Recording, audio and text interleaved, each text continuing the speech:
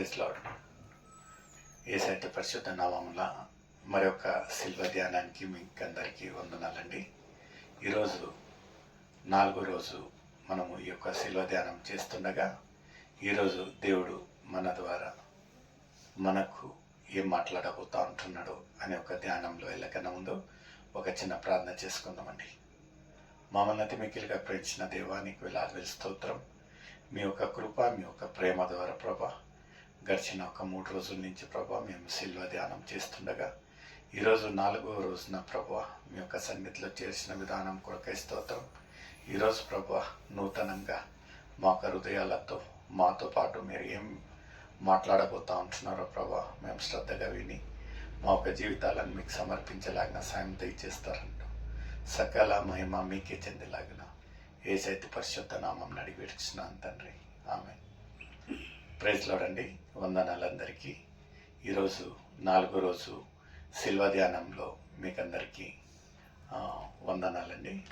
ఈరోజు మనం చూసిన రీతిగా ఈ యొక్క 40 రోజులు ధ్యానాలలో దేవుడు మనతో పాటు ఏమని మాట్లాడుతూ ఉంటున్నాడు. మొదటి రోజున ఆయన ఒక సంకల్పము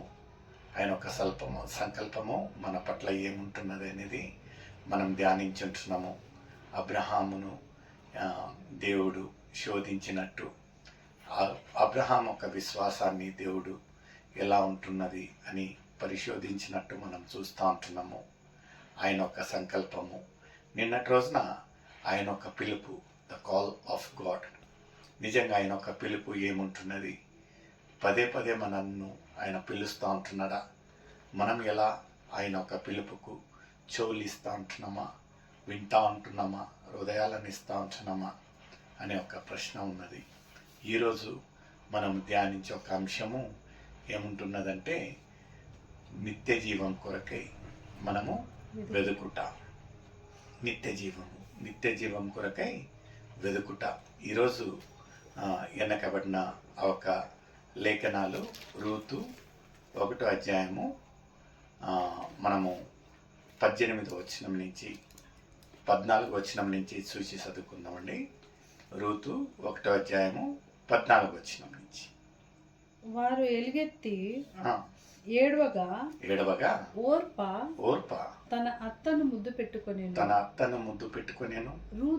రూతు ఆమెను హత్తుకొనేను. ఇట్లుండగా ఆమె ఇదిగో నీ తోడి కోడాలు తన జనుల యొద్దకును తన దేవుని యొద్దకును తిరిగి పోయినదే నీవును నీ తోడి కోడలి. మనం ఈ యొక్క సన్నివేశాన్ని చూసినప్పుడు మనకు గుర్తొచ్చేది, ధ్యానించే ఒక మాటలు దేని గురించి అంటే అత్త కోడళ్ళు ఎవరండి?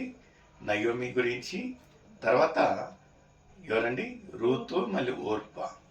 నిజంగా ఎవరైతే ఒక కుటుంబీకులుగా, ఎవరైతే ప్రతి ఒక్క సన్నివేశంలో ప్రతి ఒక్క పరిస్థితులలో ఒకరికొకరు తోడుగా ఉంటున్నారో, ఈ యొక్క సన్నివేశంలో ఏం చూస్తూ ఉంటున్నామంటే వాళ్ళ ఒక కోడలు ఎవరండి? ఓర్ప ఏం చేస్తూ ఉంటున్నదంటే వాళ్ళ అత్త దగ్గర నుంచి విడిపోయేటట్టు మనం చూస్తూ ఉంటున్నాము. ఏమైతా ఉంటున్నదంటే ఆమె ఒక ప్రదేశానికి, ఆమె ఒక జనుల దగ్గరికి వెళ్ళేటట్టు ఇక్కడ చూస్తూ ఉన్నట్లయితే ఒక అత్తగా, ఒక తల్లిగా ఉండే ఒక బాధ్యతగా ఇక్కడ నయోమి ఇంకొక కోడలు ఎవరండి?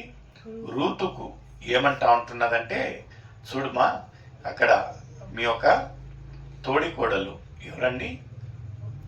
ఓర్పా అక్కడికి వాళ్ళ జనుల దగ్గరికి వెళ్తుండగా మీరు వెళ్తారా అని ఇక్కడ అడిగినట్టు మనము లేఖనాలలో ముందు చూస్తూ ఉంటున్నాము.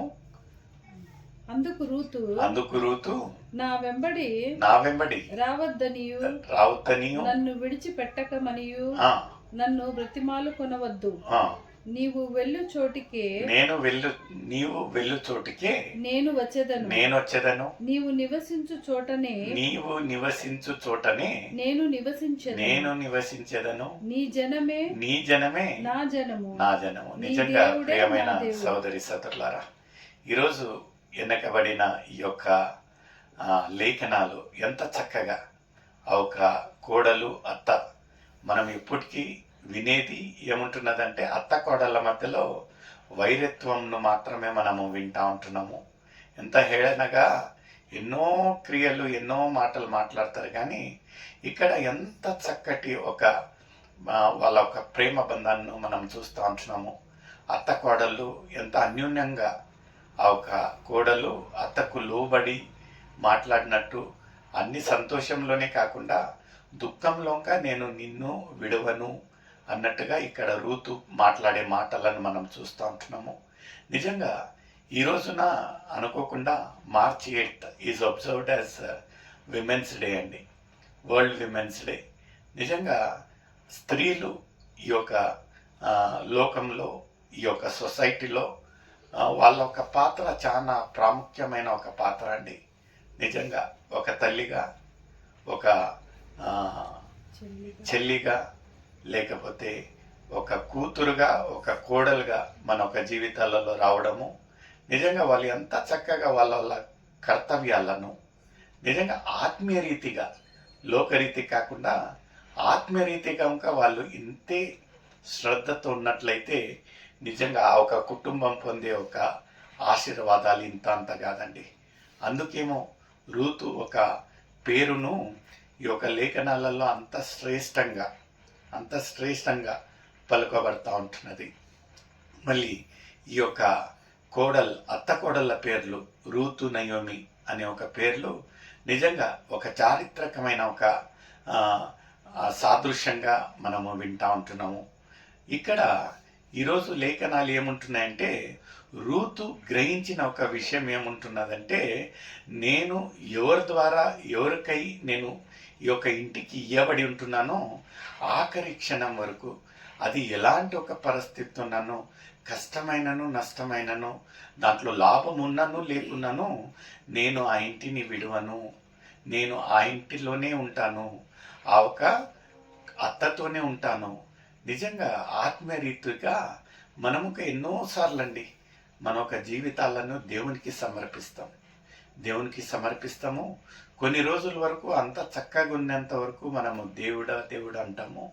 అయితే కొన్ని రోజుల తర్వాత మన ఒక జీవితాలలో ఆ ఒక కదిలింపు వచ్చి ఎక్కడ లేని శోధనలు వచ్చాయంటే ఇంకా ఏమి దేవుడని మన ఒక లోకరీతిగా అయినా మన ఒక జీవితాలను మనం రూపించుకుంటాం. నిజంగా ఇక్కడ రూతుకు ఏ ఒక్క నిరీక్షణ లేదు. యవన ప్రాయంలోనే ఆమె తీసుకున్న ఒక నిర్ణయం ఎంత చక్కటి నిర్ణయం అంటే, నా జీవితం ఏమి అయినను, నేను ఏమైతే ఎన్నుకొని ఉంటున్నానో నేను ఆ ఇంటిని వదలను. నిజంగా అలాంటి ఒక నిరీక్షణ, అలాంటి ఒక విశ్వాసంతో మన ఒక ఆత్మీయ జీవితాలను ఇంకా మనం నడిపియాలి. ప్రియమైన సోదరుడా, ఏమో అలజడి వచ్చింది, ఏమో ఒక కదిలింపు వచ్చింది, ఏమో ఒక శోధన వచ్చిందని మనం ఎప్పటికీ తొట్టిల్లకూడదు. ఎందుకంటే దేవుడు ఏమంటా ఉంటున్నాడు, నిన్నటి రోజున ఎంత చక్కటి మాట ఏముంటున్నదంటే, చూచుకున్న దేవుడు యెహోవా రోహి అని అంటాము. ఏమంటే ప్రతి ఒక్క పరిస్థితులను ఆయన చూసే దేవునిగా ఉంటున్నాడు, పరిష్కరించే దేవుడిగా ఉంటున్నాడు. ఇక్కడ రూతును ఎంత చక్కగా శ్రేష్టంగా మనం ఎందుకు మాట్లాడుతూ ఉంటున్నామంటే, ఆమె ఒక జీవితంలో ఎలాంటి ఒక శోధన వచ్చినను ఆమె తొట్టిల్లలాంటి నిలకడగా ఆ ఒక అత్త చెప్పినను ఆమె ఏమంటా ఉంటున్నదంటే, నీ జనమే నా జనము, నీ దేశమే నా దేశము, మీరు ఎక్కడికి వెళ్తారో నేను ఇంకా అక్కడికి వేస్తాను. అదే రీతిగా మనం చూసినట్లయితే ఈ యొక్క యోహాను రాసిన సువార్తలో 3వ అధ్యాయము 1వ వచనం నుంచి మనం చూసినట్లయితే ఎంత చక్కగా యేసయ్య మనకు ఈ యొక్క ఆత్మీయ జీవితాల ప్రయాణము, నిజంగా మనము ఆ యొక్క నిత్య జీవాన్ని పొందాలంటే ఏం చేయాలి అనేది ఎంత చక్కటి మాటలు మనకు వినిపిస్తూ ఉంటున్నదో. యోహాను రాసిన సువార్త 3వ అధ్యాయము 1వ వచనం నుంచి అండి. యూదుల అధికారి అయిన నికోదేమును పరిసయ్యుడు ఒకడున్నను. అతడు రాత్రి యందు ఆయన యుద్ధకంటే యేసయ్య దగ్గరికి వచ్చాడంట. యేసయ్య దగ్గరికి వచ్చి ఎంత చక్కటి మాట పలుకుతా ఉంటున్నాడని వచ్చి, బోధకుడా బోధకుడా నీవు దేవుని యొద్ద నుండి వచ్చిన బోధకుడు అని ఆ, మేము ఎరుగుదుము. ఆ. దేవుడు ఆయన ఒక నమ్మకం అతనికి చూడండి, ఎంత చక్కగా వచ్చి బోధకుడా నీవు దేవుని నుంచి వచ్చిన బోధకుడు అని మేము నమ్ముతా ఉంటున్నాము. నిజంగా ఆయన ఒక నమ్మకము, ఆయన ఒక విశ్వాసం ఎంత చక్కటి ఒక విశ్వాసం అంటే ఈ has come to the right person and is asking the right question. ఏమంటా ఉంటున్నాడు? ఒక ప్రశ్నతో యేసయ్య దగ్గరికి వచ్చి ఉంటున్నాడు. బోధకుడా, ఓ గుడ్ టీచర్ అంటా ఉంటున్నాడు. నిజంగా మనం ఏమైనా క్వశ్చన్లు మన ఒక జీవితాలలో లోకరీతిగా ఉన్నట్లయితే మనపై మనం ఒక టీచర్లను అడుగుతాం. ఇక్కడ ఇంకా ఈ యొక్క నికోదేముని మనం చూసినట్లయితే బోధకుడా అని యేసయ్య దగ్గరికి వచ్చి ఒక ప్రశ్నతో వచ్చి ఉంటున్నాడు. ఏముంటున్నదండి ఆ ఒక ప్రశ్న? దేవుడు అతనికి తోడై ఉంటేనే కాని ఉమ్, నీవు చేయుచున్న సూచక క్రియలను ఉమ్, ఎవడనూ చేయలేడని ఆయనతో చెప్పాను. అందుకు యేసు ఆ, అతనితో అతనితో ఒకడు ఒక్కడు క్రొత్తగా జన్మించితేనే కానీ కానీ ఆ, అతడు దేవుని రాజ్యమును చూడలేడు. చూడలేడు. చూడండి ఎంత చక్కటి మాట చెప్తా ఉంటున్నాడు. ఏమంటా ఉంటున్నాడంటే ఎవరైనాను ఒకరు క్రొత్తగా అంటే నూతనంగా జన్మిస్తే మాత్రమే దేవుని రాజ్యాన్ని చూస్తాడు, అర్హుడైతాడు. అంటే నికోదేముకి ఒక క్వశ్చన్, మళ్ళీ ఒక ఆందోళన, మళ్ళీ ఒక కన్ఫ్యూజన్. నేను ఏంటి, నాకంటే పెద్దవాళ్ళు, నాకంటే వయసు వాళ్ళు అందరూ ఉంటున్నారు, ఈయన చూస్తే బోధకుడు అని నేను వచ్చి చెప్పినట్లయితే బోధకుడు ఏంది ఇలాంటి ఒక మాట మాట్లాడుతూ ఉంటున్నాడు. ఏమంటా ఉంటున్నాడంటే ఎవరైనాను నూతనంగా క్రొత్తగా జన్మిస్తే, మేము ఇంత పెద్దగా అయిపోయి ఉంటున్నాము, మరొకసారి ఎలా జన్మించనీకి సాధ్యము, ఏమంటా ఉంటున్నాడు దీని అర్థము అని యేసయ్యతో పలికినప్పుడు యేసయ్య ఎంత చక్కటి మాట. ఆ ఒక 7వ వచనంలో మనం చూసినట్లయితే 7:8 మనం చూసినట్లయితే యేసయ్య పలికే మాట ఏముంటున్నదండి? మీరు క్రొత్తగా జన్మింపవలెనని ఆ, నేను నీతో చెప్పినందుకు ఆశ్చర్యపడవద్దు. గాలి తనకిష్టమైన చోటును ఆ, విసురును. నీవు దాని శబ్దము విందువే కానీ అది ఎక్కడ నుండి వచ్చునో ఆ, ఎక్కడికి పోవునో ఆ. నీకు తెలియదు. ఎంత చక్కటి సాదృశ్యం చూడండి. ఏమంటా ఉంటున్నాడంటే గాలిని గురించి చెప్తా ఉంటున్నాడు. గాలి రావడము మనం ఫీల్ కావచ్చు కానీ దాన్ని మనము చూడలేము. ఇక్కడ ఇంకా ఏమంటా ఉంటున్నాడంటే శారీరకంగా జన్మించేది కాదు, ఆత్మీయంగా మనం నూతనంగా జన్మించాలి. నిజంగా ప్రియమైన సోదరుడా, ఈరోజు యేసయ్య నీతో నాతో పలికే మాట ఏమంటా ఉంటున్నాడంటే, బిడా ఈ యొక్క శిల్వ ధ్యానాలలో నువ్వు నూతనంగా జన్మిస్తూ ఉంటున్నావా? ఇంకా లేనట్టుగైతే ఇదే అనుకూలమైన సమయము, ఇదే రక్షణ దినంగా ఉంటున్నది. ఎలా ఉంటున్నది మన ఒక ఆత్మీయ జీవితం? May God bless you.